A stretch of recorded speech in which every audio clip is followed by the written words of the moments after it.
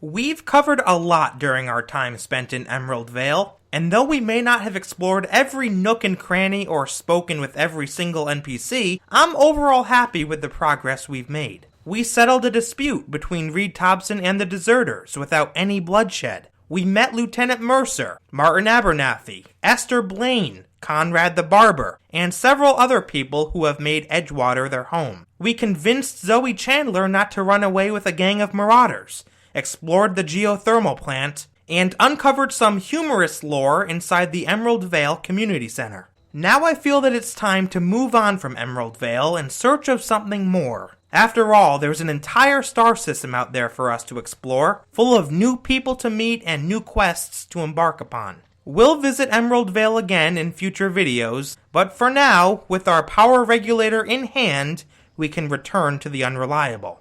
As we approach, Parvati stops us. Is this your ship? Oh my stars, she is just so handsome! Does she have a name yet? What's her drive model? Oh, gosh. Listen to me babbling. When I was in Edgewater, I dreamed of flying on a real ship, working on a real engine, belonging to a proper crew. I'm the only decent mechanic Edgewater's got, but every time I think of going back, I get this sinking feeling. I can understand why you don't want to go back, Parvati. You didn't seem happy in Edgewater. Oh, it's kind of you to say that. And you're right. I wasn't happy. I want to ask you something, and you can say no. But can I come with you? I could tend to your engine. I know my G-valves from my catalyzers, and I can keep your ship singing. And if you ever need a pair of eyes watching your back, I can do that too. What do you think? Now, for the record, I really like Parvati. She's my first and only companion thus far, so I don't really have any others to compare her to. But she's got such a down-to-earth way about her that I just had to say, yes, Parvati, I'd be glad to have you along. Pick a cabin, it's yours. Yes! I mean, thanks. You won't regret this, mister. Captain. I can call you Captain now. Ha! I got a captain. With Parvati now an official member of our crew, we can enter the Unreliable and head into the control room. Captain, I have detected that Edgewater's power supply is now optimal. I applaud your willingness to invest your time in the local community. Well, thank you for that, Ada. That was kind of you to say. What can I do for you, Captain? I have a power regulator. Can we get this thing flying now? Do you know how to install a power regulator?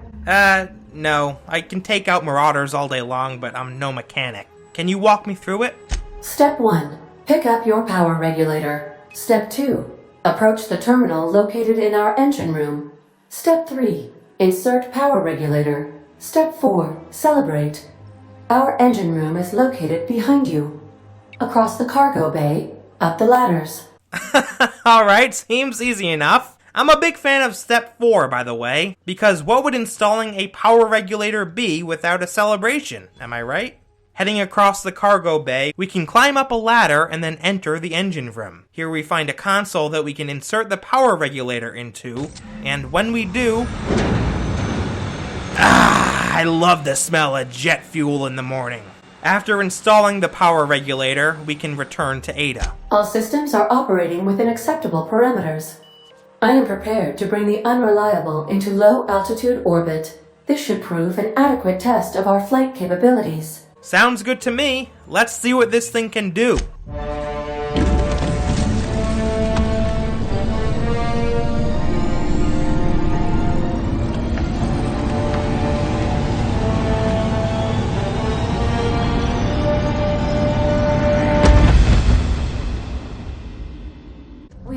A communication request from Dr. Phineas Wells. Oh good, I haven't heard from Phineas in a while. Put him through. Aha, there you are, hale and hearty, and captain of your own ship. I see you're putting the Unreliable to good use. Shame about her former captain, horrible way to die. How are you feeling, by the way? I lost track of you in that cave back there.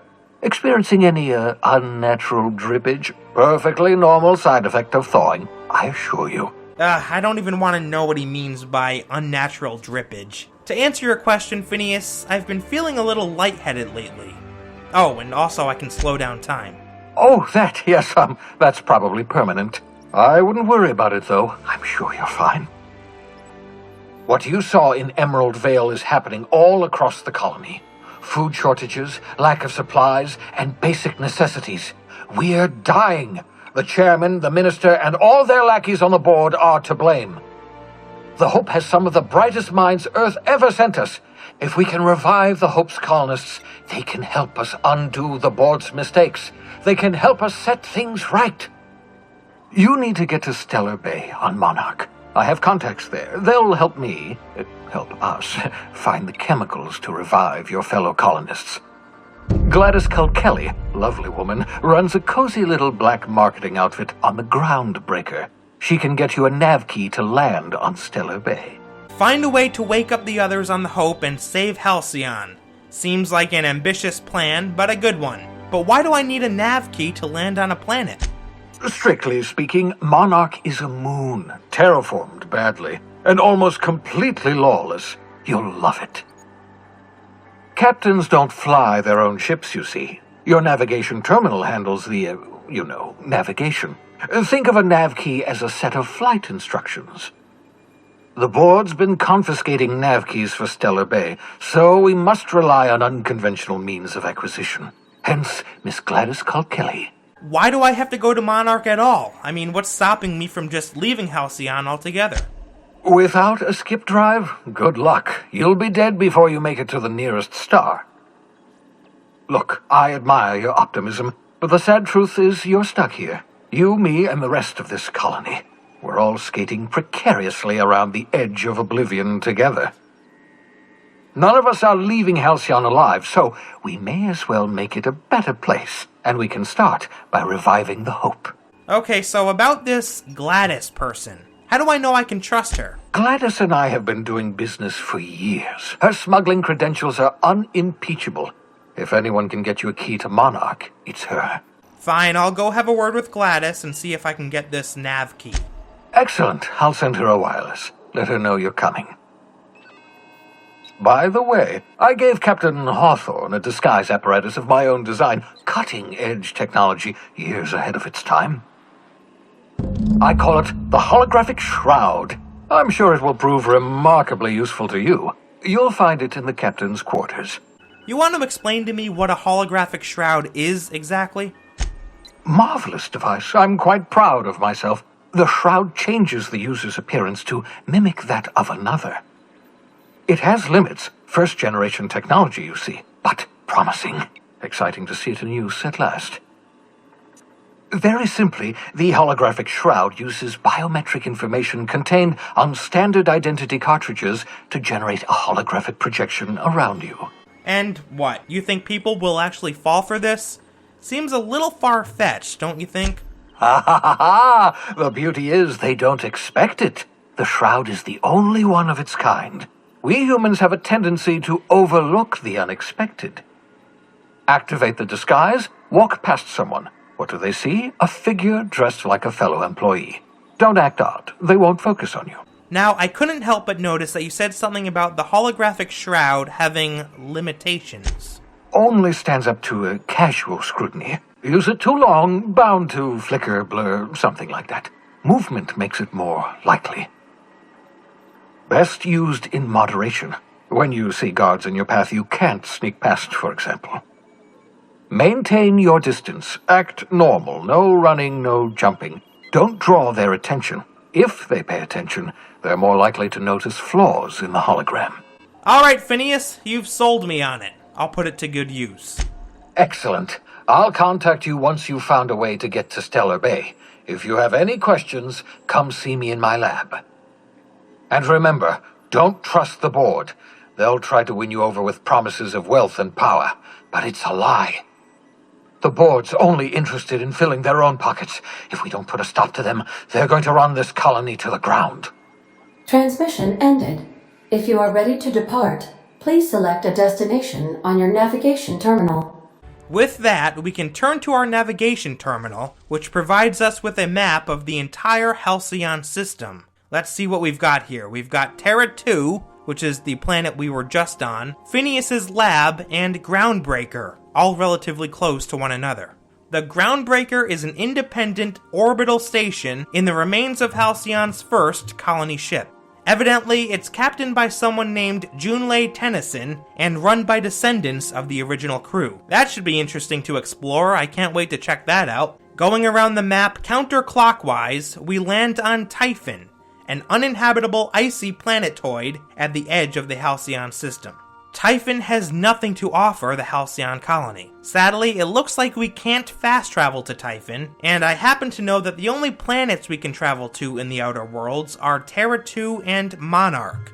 We can also travel to Scylla, but this technically is an asteroid and not a planet. The description for Scylla reads, Scylla is one of the largest asteroids orbiting Halcyon, the largest in a group of rocks known as the Charybdis Cluster. Hephaestus Mining once claimed the asteroid, but its prospecting site was abandoned decades ago. The next planet along the outer ring is Eridanos, Halcyon's second Jovious gas giant. According to the description, the atmosphere on this planet is rich with hydrogen, helium, and various noble gases, and distillation plants in the atmosphere harvest the gases for energy. Next in line is Monarch, the planet, or technically a moon I suppose, that Phineas wants us to ultimately travel to after getting the nav key. The description reads, what should have been Halcyon's second habitable world has long been abandoned by the board due to monstrous, ravenous creatures. Oh boy, sounds like we'll have to be locked and loaded when we eventually step foot onto Monarch. I also read online that Monarch was previously known as Terra 1, so from this point forward, whenever we hear Terra 1 referenced, we know it really means Monarch. Olympus is next, the largest of Halcyon's two Jovian gas giants. Like Typhon, this planet also happens to be uninhabitable due to its harsh storms in the atmosphere. Moving inward a bit closer to the sun, we find Tartarus. Named after its hellish atmosphere, Tartarus is where the board maintains the maximum security penal complex known as the Labyrinth. I wonder what kind of prisoners they house in this prison. Probably people like Phineas Wells, who are openly defiant to the board. And finally, the closest planet to the sun is Hephaestus. Apparently, the Hephaestus Mining Company was the first to establish outposts here before going on to claim the entire planet for itself. It was real tempting to travel to Monarch or even Scylla just to have a look around, but we have plenty of time to do that in future videos. For now, we have to travel to Groundbreaker and find Gladys. When we arrive, we can head out of the control room towards the exit. Here again, Parvati stops us. Hey, Captain. I heard that Groundbreaker's got a real good engineer. A lady named Junlei Tennyson? What about her? I was thinking that maybe I ought to meet her. If you got time to swing us by, I mean. I don't got much experience fixing actual spaceships. I bet you a can of Borston beans she could teach me all manner of stuff. Sure, I think that's a good idea. We could head over to engineering right now. Thanks, Captain. I'll be sure to make it worth your time. I had every intention of exploring Groundbreaker for the first time with Parvati, but I accidentally deselected her on the party selection screen. I tried to go back to the Unreliable when I noticed Parvati wasn't with me, but I couldn't access the ship because, well, you'll see. Anyway, stepping off the Unreliable, we find ourselves inside Groundbreaker's docking bay. There's not much of interest here, but just up ahead, we can listen in on a dramatic conversation. That's not the point. This halfwit just knocked out one of my workers. Yeah, with a tossball stick, I heard you the first time. There weren't any witnesses. No witnesses? He's not even denying it. Jackass had it coming. Shut it, Felix. You're not making this any better. You get cute with me again, you little Back Bay brat, I will toss you out an airlock. This is the Groundbreaker, not Byzantium. You ain't the law here. I am. Now move along. I don't have time for this. I wonder what all that was about. Let's talk to Felix here and find out. Going for a stroll around the docking base? I couldn't help but notice that you were in the middle of an argument earlier. Sure was. Got a knack for upsetting the board and the Mardettes all at once. Between you and me, I was hoping they'd come to fisticuffs. Well, tell me your side of the story then. What happened exactly? I had this foreman, right? Guy never liked me, always trying to get a rise out of me. But I keep my chin up, right? Be the bigger man, I tell myself. He's a Spacer's chosen man, though. So when the Chosen beat my Rangers the other night, my foreman comes swaggering up with his head full of boasting. So you defended the honor of your team then? Exactly. I was only doing what any self-respecting Rangers fan would have done. Look, this was a long time coming. Guy thinks he can push me around because he's some sky-high foreman, and I'm just a back bay's dock worker. Well, former dock worker. Guess I just tendered my resignation. You're just lucky you're not serving a sentence. You know something? I am lucky. I ought to raise a glass of 0G to my fortune, if I had the bits. Hey, not for nothing, but I saw you wander out of that ship over there by the dock. Wouldn't happen to be yours, would it? Yep, that's me. Captain of the Unreliable. Captain of the Unreliable. You're like something out of a serial drama. Hey, I don't want to talk your ears off, guessing you got places to be. I appreciate your time. See you around, Felix. Heading to the north, we can walk up some stairs and then approach Customs, which is currently being manned by Corporal Leonard Wheeler. Identification, please. All right, I've got it right here. Captain Alex Hawthorne at your service. Captain Hawthorne, you said. Let me apologize in advance. I'm about to ruin your day. According to your ship's record, you've been flagged by the board. Your ship will be impounded until such a time as they see fit to lift it. Oh, I take it back then. I'm not Hawthorne, and that isn't my ship. Oh, thank the law. I could use a diversion. Tell me more then. Really sell it to me. I, won the ship in a poker game. Hawthorne gave me his ID so I could fly it. Please, you can do better than that.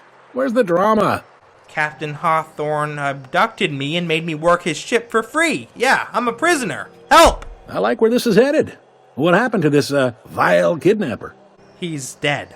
You must feel terrific. Good for you. So, do you believe I'm not Hawthorne now? Not in the least. Good story, though. Alright, how do I get this resolved? You'll want to take it up with Udom Bedford, our board representative here on Groundbreaker. His office is located along the starboard wall of the promenade. Shines like a Byzantium commode. You can't miss it. And remind me again why my ship was impounded in the first place? Access to that information is above my pay grade, and I've turned down 3 promotions, so it stays that way. I shouldn't be mentioning it, but what the hell? This here, impounding your ship, it doesn't happen much. The board knows we don't take kindly to their interfering in our operations. If I had to take a guess as to why, you must have riled up someone important. Great, I'll pay a visit to this Bedford guy and straighten this out. You take the starch out of him, well, you won't hear any complaints from me. Oh, and if you're headed that way, would you mind doing me a favor? Look, you impound my ship and now you're asking me to do you a favor? Where do you get off? Now, hold on, it'll just take a minute. Fine. What is it? Wanda Dorset over in sickbay. Tell her the shipment's not in yet. It's not coming in anytime soon, and if she'd be so obliged to get off my ass about it. Her shipment? A handful of SAM cleaning units retrofitted for surgery. I don't know much else. I stopped listening when she started yelling. Well, maybe so. No promises. Of course. What am I to you but the guy who's got his eye on your ship? Is there anything else I can help you with? Yes, actually. I'm looking for someone named Gladys. The fence. You'll find her in the rest and go, on your left when you enter the promenade. Make sure you bring an empty belly. Great, thanks for the tip. I'll see you around. Be seeing you. After passing through customs, we come across 2 crew members chatting about a mysterious signal coming from Monarch. I picked up this weird signal the other day. It was coming from Monarch. Here we go again. No one lives on Monarch. It's a wasteland. You were hearing things. No, seriously. There was a lot of static at first, but then this voice said his name was Graham? Graham, right. Broadcasting on a dead world full of monsters. Now I've heard everything. You know, it takes more muscles to frown than to smile. Who told you that? Graham? Asshole. Well, that was a friendly way to end the conversation. I wonder if there's any truth to these claims about a signal coming from Monarch. We can follow the crew members into a cargo room to the west, and then head through a door into a communal living space. Suddenly, a voice comes in over the ship's PA system. This is Halcyon News. We interrupt your regularly scheduled advertisement for the following story. The board would like to remind spacers and other travelers that passage to Monarch is restricted for your protection. canyons of acid and sulfur rain are the least of the horrors plaguing the surface of Monarch. Anarchists live as one with the animals, lawless, savage, and unemployed. The board's embargo ensures that nothing can leave the planet and threaten our hard-working citizens. You've been listening to Halcyon News, your mandated duty as a good citizen of Halcyon. Nothing like being mandated to watch mindless broadcasts from a board of bureaucrats. This communal living space has several rather uncomfortable looking beds, and though there's some minor loot towards the back, I decided to leave it since everything here was set to owned. Heading back into the cargo room, we can weave in between these giant storage containers until we find a bin tucked away in the back. The contents weren't set to owned, so I decided it would be okay to take them for myself. Finders keepers, after all. If you exit the cargo room and start backtracking towards the customs gate, you'll find a door to the west. The door is marked with a sign above it that reads security, but when we try to enter a restricted access zone, we get a message. Restricted area.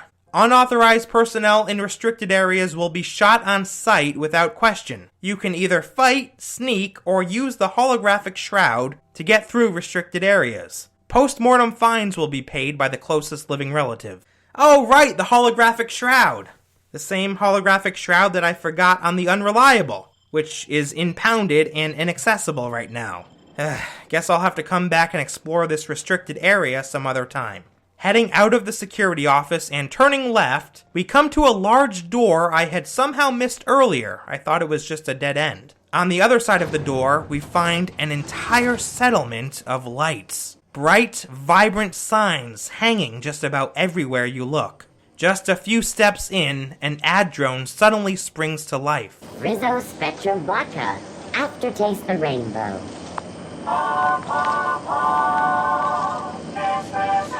Taking a stroll around the promenade, we quickly realize that there are a lot of shops and vendors. Far too many for us to cover in a single video. There's a Spacer's Choice vendor, Rest and Go, The Lost Hope, Bell's Shells, Auntie's Kitchen, an armory, Spratwurst, oh god, Sublight Salvage and Shipping. It goes on and on. At one point, I passed by a vendor wearing a large, and creepy, let's be honest, Spacer's Choice moon mask. This poor sap's name is Martin Callahan. Sorry about the heat. Chief Tennyson will get the radiators fixed soon. Of course, this heat sure makes a zero-G brew extra refreshing. It's an ale that's good for what ails you. Oh, and it's not the best choice, it's Spacer's Choice. Taste the freedom. A lot of slogans to keep track of. Sometimes I forget. Boy, Martin, I can feel the energy radiating off of you. Look, I'm sorry, but I've got to ask you about the hat. I'm bound to satisfy headgear-related inquiries. Please send any complaints to our Consumer Care Headwear Division. You doing all right in there? Oh, I'm having a stellar day. And not just because I'm legally obligated to say so. Almost as stellar as Spacer's Choice is affordable. Can you even see in there? I can see all of the top-quality merchandise in the Spacer's Choice catalog, which is available here at a reasonable price. Alright, now my mind is really going. How do you brush your teeth in that thing? Spacer's Choice regrets that we don't sell toothpaste at this time, but we're always working on delivering exciting new products to our customers. Sprat Wash, Mouthwash, and Mantafloss are among the exciting line of dental goods currently in development. Ah, Sprat Wash. Sounds refreshing. Tell me, where can I find a hat like that? You would never ask if you knew what it's like in here. I mean, why, anyone can be a Spacer's Choice Consumer Relations Choice Specialist. Just keep your nose clean and aim for the moon. Do you miss eating solid food? Don't miss out on these deals. You'll find none like them on all of Groundbreaker. Or anywhere in the Halcyon colony. Now we're just getting obnoxious. Do you have to sleep with that thing on? Trouble sleeping? Try our Lunar Eclipse mix. That's 2 handfuls of pep pills washed down with a hearty swig of 2-hour energy brew. The blast will send you through the stratosphere, and the crash will knock you out cold, guaranteed. Does Spacer's Choice make you wear that? Add an additional 10% to your purchase today, and the proceeds will be donated to Spacer Cares, our premier corporate welfare program. At Spacer's Choice, we care about your health and emotional well-being. That's why we put Martin through 6 years of vendor school, only to make him wear this hat. Ah, yes. Spacer's Choice clearly cares about the emotional health and well-being of their employees. Look, that thing looks really uncomfortable. Do you want me to help you get it off? Even if my contract didn't forbid it, I think it's part of me now. Now, are you ready to make Spacer's Choice Lunar Green Moonmouth lozenges a part of you? Lunar Green, the future is spearmint. Hello in there! I'm addressing the man behind the mask. Are you okay? Damn it. No slogan for that one. Look, this hat, my job. It may not seem like much to a brave space captain, but they're all that I have. If there are self-made purgatories, then we all have to live in them. Mine can be no worse than someone else's. Now, if we're done with the chit-chat, I hope you don't mind if I make the most of this short life and try to be the best moon person I can be. Oh, okay, well, I'm sorry if I pushed you too hard, Martin. It's fine. I should be stronger than this. Thanks for taking an interest. Speaking of interest, can I interest you in some quality budget goods? At Spacer's Choice, we cut corners so you don't have to. Speaking of Spacer's Choice, have you ever been to Edgewater? Heard of it. My orientation aether wave showed that famous Saltuna cannery, which I'm sure smells as good as it looks.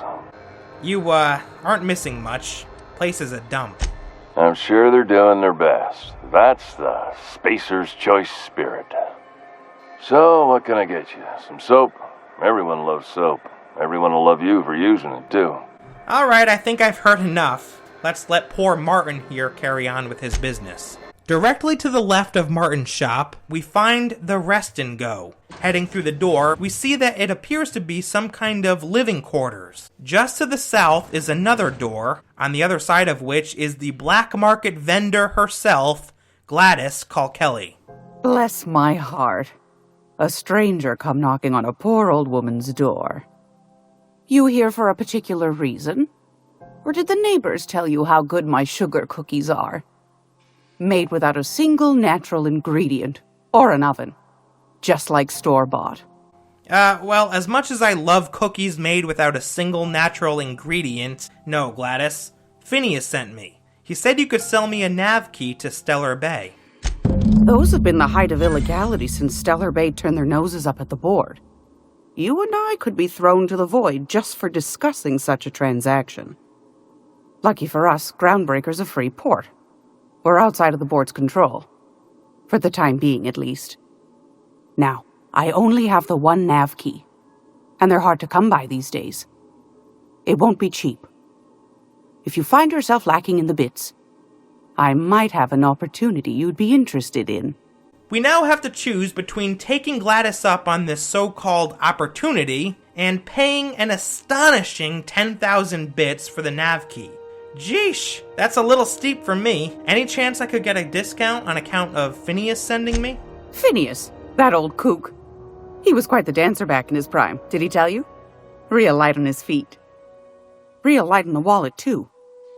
He still owes me a small fortune. Laws. Maybe I should charge you double. No, that's quite alright. No need to charge me double. Tell me about this opportunity. Well, I find I'm in need of a ship captain with a little moral flexibility.